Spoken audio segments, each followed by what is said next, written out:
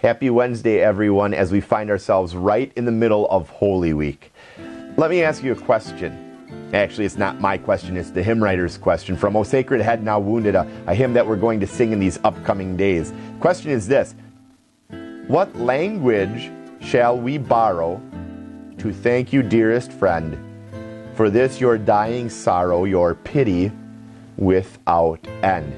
It's a good question, isn't it? That the hymn writer would have us consider. What language shall we borrow? What words could possibly be enough to thank our God for the kind of love that He has shown us? It's a good question, isn't it? What language shall we borrow? What word could possibly be enough? What word could possibly encapsulate? What word could possibly summarize the kind of shame and remorse and sorrow we feel about the sins that inflicted this suffering and death upon our beloved Jesus? Or on the flip side of the coin, what word could possibly summarize? What word could possibly encapsulate? What language could we possibly borrow to express the kind of thanks and joy and peace and confidence that we have looking forward to heaven because of our Jesus and His sacrifice for us sinners? What language shall we borrow? It's a really interesting question, isn't it? Might I make a suggestion about what language you and I could borrow this week? It's not really language at all, I suppose, but give it a run anyhow. What language can we borrow? How about the language of time?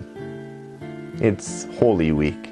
It's your week and my week. As the bride of Christ, it's our week. This week is all about Jesus and all about His love for us. So what language can we borrow? How about the language of time?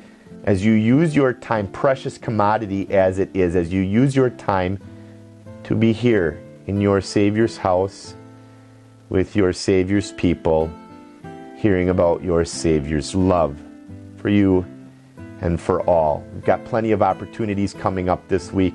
We have worship on Maundy Thursday in the morning at 9:30 a.m. and in the evening at 6:30. We have worship on Good Friday at 12:30 in the afternoon and again at 6:30 in the evening. We have a new service, at least to us here at Bethany, but not to the Christian church at large. We have Easter Vigil, which will be held Saturday evening at 7:30. And then we have, of course, the highest festival of the Christian church, Easter. We have Easter Sunrise Festival at 6 a.m., our regular Easter festival services at 7:45 and 9:30 a.m. What language shall we borrow this Holy Week to express the kind of gratitude that we have to our God for the love that He has so lavishly poured out on us? How about the language of time? Can't wait to see you in God's house, and may God bless the rest of your Holy Week.